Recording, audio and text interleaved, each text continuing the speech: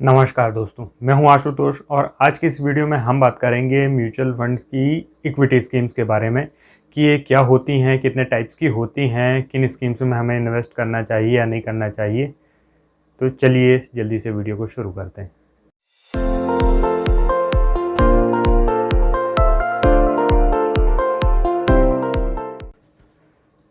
Mutual fund की जो scheme जो अपना ज़्यादातर एसेट्स का हिस्सा इक्विटीज़ या फिर स्टॉक्स में इन्वेस्ट करती हैं उन्हें इक्विटी स्कीम्स कहते हैं। इन्हें ग्रोथ फंड भी कहते हैं क्योंकि सारी एसेट क्लासेस में इक्विटी ही ऐसी एसेट क्लास है जिसमें सबसे ज़्यादा ग्रोथ या फिर रिटर्न मिलता है।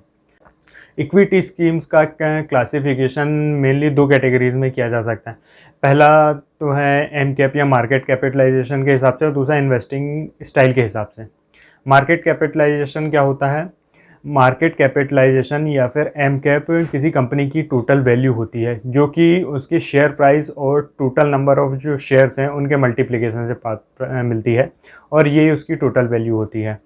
तो सेबी जो कि मार्केट की पूरे स्टॉक मार्केट की रेगुलेटर है, उसने अब स्टॉक मार्केट में लिस्टेड सारी कंपनीज़ को 3 पार्ट में डिवाइड किया है: लार्ज कैप, मिड कैप और स्मॉल कैप, उनके मार्केट कैपिटलाइजेशन के हिसाब से। पहले आता है large cap stocks. Stock market में लिस्टेड टॉप 100 कंपनीज़ को लार्ज कैप स्टॉक्स कहा जाता है और जो म्यूचुअल फंड की schemes in large cap stocks में या फिर टॉप 100 कंपनीज़ में इन्वेस्ट करती हैं उन्हें लार्ज कैप फंड या लार्ज कैप स्कीम्स या फिर ब्लू चिप फंड कहते हैं, क्योंकि ये जो फंड्स हैं टॉप 100 कंपनीज़ में इन्वेस्ट करते हैं जो कि हाईली रेप्यूटेटेड होती हैं और बहुत लंबे समय तक अच्छी ग्रोथ दिखाई होती है। इसलिए सारी इक्विटी स्कीम्स में जो लार्ज कैप स्कीम्स होती हैं सबसे कम रिस्की होती हैं और जो इन्वेस्टर्स कम रिस्क के साथ इक्विटी स्कीम्स में इन्वेस्ट करना चाहते हैं वो इनमें इन्वेस्ट कर सकते हैं। According to SEBI, top 100 companies के बाद की जो 101 से 258 कंपनी जो हैं, इन 150 कंपनियों को मिड कैप कंपनीज़ कहा जाता है और म्यूचुअल फंड की जो स्कीम इन कंपनीज़ में इन्वेस्ट करती हैं उन्हें म्यूचुअल फंड की मिड कैप स्कीम्स या फिर मिड कैप फंड बोलते हैं। ये जो कंपनीज़ होती हैं छोटी कंपनियां होती हैं और इनमें फ्यूचर में ग्रोथ पोटेंशियल ज़्यादा होता है और ये मिड कैप स्कीम जो इन कंपनीज़ में इन्वेस्ट करती हैं इनमें भी फ्यूचर में रिटर्न जनरेट करने के चांसेस ज़्यादा होते हैं। इसीलिए यदि और साथ में रिस्क भी ज़्यादा होता है, तो इसलिए यदि आप ऐसे इन्वेस्टर हैं जो लॉन्ग टर्म के लिए इन्वेस्ट कर रहे हैं और थोड़ा रिस्क ज़्यादा ले सकते हैं, मार्केट रिस्क ज़्यादा ले सकते हैं, तो आप इन फंड्स में इन्वेस्ट कर सकते हैं। स्टॉक मार्केट में लिस्टेड टॉप 250 कंपनीज़ के बाद की जितनी भी सारी कंपनीज़ होती हैं स्मॉल कैप कंपनीज़ में आती हैं और जो स्कीम्स इन कंपनीज़ में इन्वेस्ट करते हैं उन्हें स्मॉल कैप स्कीम्स या फिर स्मॉल कैप फंड बोलते हैं। ये जो स्कीम होती हैं बहुत छोटी कंपनीज़ होती हैं, ज़्यादातर इन कंपनीज़ का मार्केट कैपिटलाइजेशन भी 5,000 करोड़ से भी कम होता है। ये कंपनीज़ वोलेटाइल होती हैं लेकिन लॉन्ग टर्म में फ्यूचर में बहुत ही अच्छा रिटर्न जनरेट करने की चांसेस भी ज़्यादा होते हैं। तो यदि आप ऐसे इन्वेस्टर हैं जो मार्केट की वोलेटिलिटी से घबराते नहीं हैं, उसे बेयर कर सकते हैं और लॉन्ग टर्म के लिए इन्वेस्ट कर रहे हैं, तो फिर आप इन फंड्स में इन्वेस्टमेंट कंसिडर कर सकते हैं। इस कैटेगरी का चौथा फंड है large and mid cap fund. जैसा कि नाम से ही क्लियर है, ये ऐसे फंड होते हैं जो लार्ज कैप स्टॉक्स में भी इन्वेस्ट कर सकते हैं और मिड कैप स्टॉक्स में भी इन्वेस्ट कर सकते हैं। तो क्या होता है, ये लार्ज कैप जो स्कीम्स होती हैं उनसे ज़्यादा रिटर्न दे सकते हैं और जो मिड कैप स्कीम्स होती हैं उनसे कम रिस्क बेयर करते हैं। तो आप यदि लार्ज कैप फंड से ज़्यादा रिटर्न चाहते हैं और मिड कैप फंड से कम रिस्क चाहते हैं तो आप इन फंड्स को कंसिडर कर सकते हैं। अगली कैटेगरी है फ्लेक्सी कैप फंड की। फ्लेक्सी कैप फंड ऐसे फंड होते हैं जो स्टॉक मार्केट की किसी भी कैटेगरी में इन्वेस्ट कर सकते हैं। मतलब कि फंड मैनेजर के पास पूरी फ्रीडम होती है उसे किस कैटेगरी में इन्वेस्ट करना है, चाहे वो लार्ज कैप हो, स्मॉल कैप हो या फिर मिड कैप हो, और साथ ही साथ इसकी भी फ्रीडम होती है कि उसे किस कैटेगरी में कितना वेटेज रखना होता है। इसीलिए फ्लेक्सी कैप फंड्स ने over a period of time सबसे ज़्यादा रिटर्न भी दिया है और अपने इन्वेस्टर्स को बहुत अच्छी वेल्थ क्रिएट करके दी है। यदि इसीलिए आप म्यूचुअल फंड में इन्वेस्ट करते हैं तो डेफिनेटली आपके पोर्टफोलियो में फ्लेक्सी कैप फंड्स होने ही चाहिए। अगली कैटेगरी है मल्टी कैप फंड्स की। मल्टी कैप फंड्स भी फ्लेक्सी कैप फंड की तरह किसी भी कैटेगरी में इन्वेस्ट कर सकते हैं, लेकिन इनमें थोड़ा रिस्ट्रिक्शन होता है वेटेज का। इन्हीं में मिनिमम 25% अपने AUM का हिस्सा हर कैटेगरी में एलोकेट करना होता है। जैसे कि लार्ज कैप स्टॉक्स में भी 25% इन्वेस्ट करना पड़ेगा, मिड कैप स्टॉक्स में भी 25% इन्वेस्ट करना पड़ेगा, और स्मॉल कैप स्टॉक्स में भी 25% अपने AUM का हिस्सा इन्वेस्ट करना पड़ेगा। इसलिए इन फंड्स में टोटल फ्रीडम तो नहीं होती है, लेकिन क्या होता है, ज़्यादातर flexi cap fund large and mid cap oriented होते हैं। स्मॉल कैप स्टॉक्स में बहुत ही कम वेटेज रखते हैं, क्योंकि जो स्मॉल कैप स्टॉक्स होते हैं छोटी कंपनीज होती हैं, इनमें वोलेटिलिटी भी ज़्यादा होती है, इसीलिए ये। लेकिन जो मल्टी कैप फंड होते हैं, इन्हें तो compulsorily 25% allocation small cap stocks में देना ही होता है।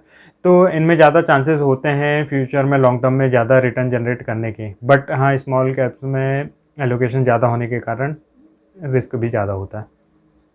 अभी हमने जिन फंड्स के बारे में बात की उनका क्लासिफिकेशन मार्केट कैपिटलाइजेशन के हिसाब से हुआ था। अब हम जिन फंड्स के बारे में बात करेंगे उनका क्लासिफिकेशन उनके इन्वेस्टिंग स्टाइल के हिसाब से किया गया है। तो पहला फंड है डिविडेंड यील्ड फंड या फिर डिविडेंड फंड। डिविडेंड फंड ऐसे फंड होते हैं जो ऐसी कंपनीज में इन्वेस्ट करते हैं जो कि रेगुलर डिविडेंड पे करती हैं। अब डिविडेंड क्या होता है? जब भी किसी कंपनी को प्रॉफिट होता है तो वो अपने प्रॉफिट को दो टाइप से यूज़ कर सकती है। पहला तो ये कि वो उस पैसे को अपने बिजनेस में रीइन्वेस्ट कर ले, या फिर दूसरा ये कर सकती है कि वो इस प्रॉफिट को अपने शेयर होल्डर्स के साथ शेयर कर ले, उन्हें बांट दे। तो जब कोई भी कंपनी अपने प्रॉफिट को अपने शेयर होल्डर्स को बांटती है तो उसे डिविडेंड कहते हैं। तो डिविडेंड फंड ऐसे ही कंपनीज में इन्वेस्ट करते हैं जो रेगुलर बेसिस पे डिविडेंड पे करती हैं। ये जो कंपनी होती हैं बहुत बड़ी कंपनी होती हैं, प्रॉफिटेबल कंपनी होती हैं और रेगुलरली डिविडेंड पे करते रहती हैं। इन कंपनीज में रिस्क भी कम होता है। तो ऐसे इन्वेस्टर्स जो अपने इन्वेस्टमेंट में ज़्यादा ग्रोथ नहीं चाहते लेकिन रेगुलर इनकम चाहते हैं, तो वो इन फंड्स में इन्वेस्ट कर सकते हैं। अगली कैटेगरी है वैल्यू फंड की। वैल्यू फंड ऐसे फंड होते हैं जो वैल्यू इन्वेस्टिंग के अप्रोच को फॉलो करते हैं। वैल्यू इन्वेस्टिंग क्या होती है? इस अप्रोच में ऐसे स्टॉक्स में इन्वेस्ट किया जाता है जो कि अंडर वैल्यूड है, मतलब कि जिनकी फंडामेंटली वैल्यू अभी कम है लेकिन फ्यूचर में ज़्यादा हो सकती है, फ्यूचर में अच्छे रिटर्न जनरेट कर सकते हैं। तो ऐसे स्कीम्स में आप लॉन्ग टर्म के लिए इन्वेस्ट कर सकते हैं, क्योंकि वैल्यू फंड्स ने भी over a period of time बहुत ही अच्छे रिटर्न्स दिए हैं। अगली कैटेगरी है कॉन्ट्रा फंड की। इस कैटेगरी में फंड मैनेजर ऐसे स्टॉक्स पिक करते हैं जो कॉन्ट्रेरियन अप्रोच को फॉलो करते हैं। अब कॉन्ट्रेरियन अप्रोच क्या होती है? इस कैटेगरी में लीग से हटके इन्वेस्टमेंट किया जाता है। ऐसे स्टॉक्स पिक किए जाते हैं जो किसी टेम्परेरी प्रॉब्लम के कारण या फिर किसी शॉर्ट टर्म रीज़न के कारण अच्छे से परफॉर्म नहीं कर पा रहे हैं, लेकिन लॉन्ग टर्म में अच्छी वेल्थ क्रिएट कर सकते हैं, अच्छी वैल्यू क्रिएट कर सकते हैं। तो यदि आप लॉन्ग टर्म के लिए इन्वेस्ट कर रहे हैं तो इन फंड्स में भी इन्वेस्ट कर सकते हैं।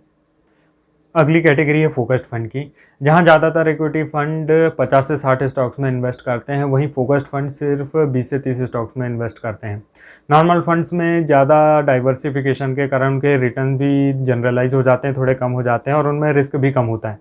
लेकिन जो फोकस्ड फंड होते हैं सिर्फ 20 से 30 स्टॉक्स में इन्वेस्ट करते हैं, उन्हें ये कम स्टॉक्स में ज़्यादा वेटेज रखा जाता है।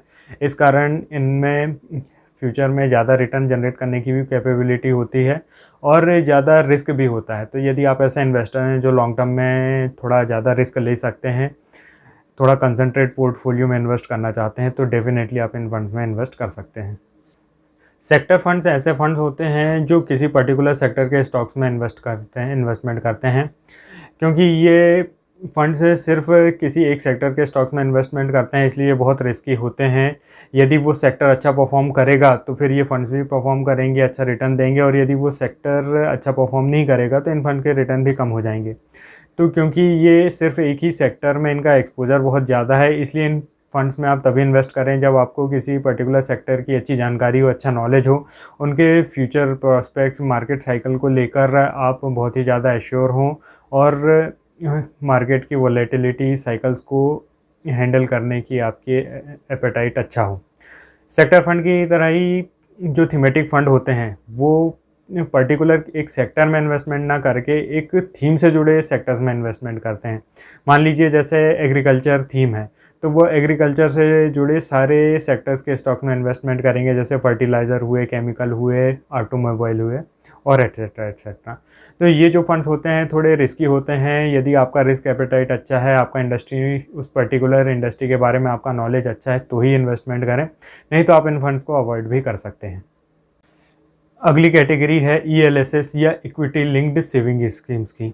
ये स्कीम्स सेक्शन 80C के तहत 1.5 लाख का टैक्स एग्जेम्पशन ऑफ़र करती हैं। ये टैक्स सेवर फंड कहलाते हैं। ये नॉर्मल म्यूचुअल फंड की तरह ही होते हैं, बस इनमें डिफरेंस ये होता है कि इनमें 3 साल का लॉगिन होता है, जो कि सारे टैक्स सेविंग्स ऑप्शन में सबसे कम होता है और इनमें सबसे ज़्यादा रिटर्न जनरेट करने की कैपेबिलिटी होती है। सारे टैक्स सेविंग्स ऑप्शंस में ELSS ही सबसे ज़्यादा रिटर्न जनरेट करते हैं और सबसे कम सिर्फ 3 साल का लॉगिन होता है इनमें। तो यदि आपको टैक्स सेविंग करना है तो आप दूसरी इंश्योरेंस पॉलिसीज़ और यूलिप वगैरह में जाने की अपेक्षा आप ELSS को प्रेफर करें, क्योंकि ये टैक्स सेविंग के साथ साथ आपको अच्छी ग्रोथ भी देंगे। तो आई होप कि आप म्यूचुअल फंड की सारी इक्विटी स्कीम्स के बारे में समझ गए होंगे। यदि आपको स्टॉक मार्केट म्यूचुअल फंड से रिलेटेड कोई भी डाउट है तो नीचे कमेंट करके बताएं। ये वीडियो आपको कैसा लगा ये भी आप नीचे कमेंट करके बताएं। और यदि आप हमारे साथ म्यूचुअल फंड्स में इन्वेस्टमेंट करना चाहते हैं तो नीचे दिए नंबर पर व्हाट्सअप करें। धन्यवाद।